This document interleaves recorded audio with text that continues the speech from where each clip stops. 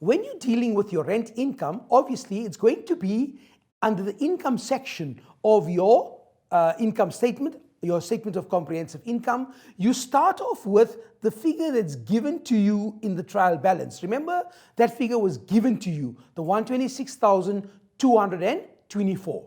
Now, what have I alluded to earlier on in our lesson? I said deferred income. Yes, you must be shouting out the answer now. Minus operation, minus the figure that we've worked out, 10,304. You know the calculation, you've seen the calculation. Therefore, giving you a final answer of 115,920. And yes, you're going to ace this in the paper and you're going to get full marks for this particular adjustment, right? This is where you are given the rental as a percentage, either increase or decrease. Right, let's take it one step further. And how will I show this particular one in my balance sheet, my statement of financial position? What am I going to do? Remember, deferred income will appear under my trade and other payables.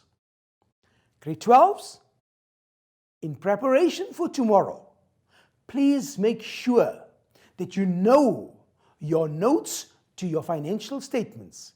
So if I asked you the question now, what goes into trade and other payables? What would you say? Right? Let's go through it. Creditors control, deferred income, which is the one we're dealing in particular here with the rent income, your accrued expenses, SARS income tax if it has a credit balance. I repeat, SARS income tax. Now this one is quite unique. When you're dealing with your SARS income tax, and if I had to ask you a question, what type of an account is SARS income tax? What will your response be? Your response should be, it depends. What does it depend on? It depends whether SARS income tax has a debit balance or whether SARS income tax has a credit balance. In other words, if it has a credit balance, and this is what we're referring to in this particular aspect that we're dealing with now, then it would be included under trade and other payables because it's a liability. It's the amount that we are owing to SARS. Okay, so we've got our creditors control, we've got our accrued expenses, we've got our deferred income, we've got our SARS income tax if it's a credit balance, we've got our shareholders for dividends, right? Remember, that's always a credit balance if there is a shareholders for dividends. What else would you include? Obviously, your SARS VAT control, credit balance, SARS PAYE, credit balance, your medical aid fund, creditors for salaries, any other liabilities that may have arisen as a result of an entry dealing with salaries and wages, okay? One more, of particular importance. If we have a tenant, right? Somebody is leasing the property from us, and that tenant has paid you a deposit, right? You have received the deposit from the tenant. In other words, that money effectively belongs to the tenant.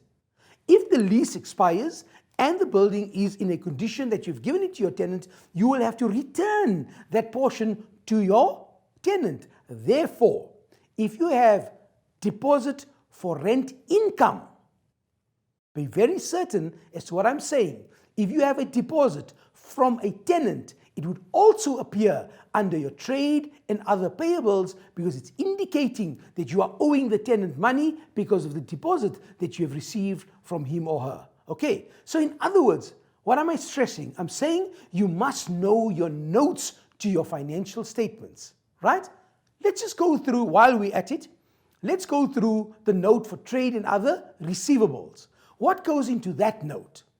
Trade and other receivables obviously will be your debtors control, less your provision for bad debts will give you net trade debtors, okay? Remember, you're subtracting. You would add your accrued income, right? You would add your prepaid expenses. All of that would fall under trade and other receivables, right? You'll bring in your SARS income tax if it has a debit balance. This one here. Remember, if your SARS income tax has a debit balance, it appears under trade and other receivables. Got that? Okay. When we did the asset disposal, I mentioned to say that if the insurance company owes us a sum or for the vehicle that was insured and was written off due to a theft or accident or whatever it may have been, if there's an insurance claim, they've acknowledged it, they've accepted it, but they haven't paid us as yet, that insurance claim is a debtor and therefore would appear under my trade and other receivables. So remember, not insurance. Insurance is a nominal account which appears in my statement of comprehensive income statement. But an insurance claim it would appear in my balance sheet under trade and other receivables. Right, now we can also have, and this is common practice, where we're receiving services from suppliers. For example, if you have to pay the local municipality a deposit on water and electricity, that is an asset. Why? We've paid the deposit.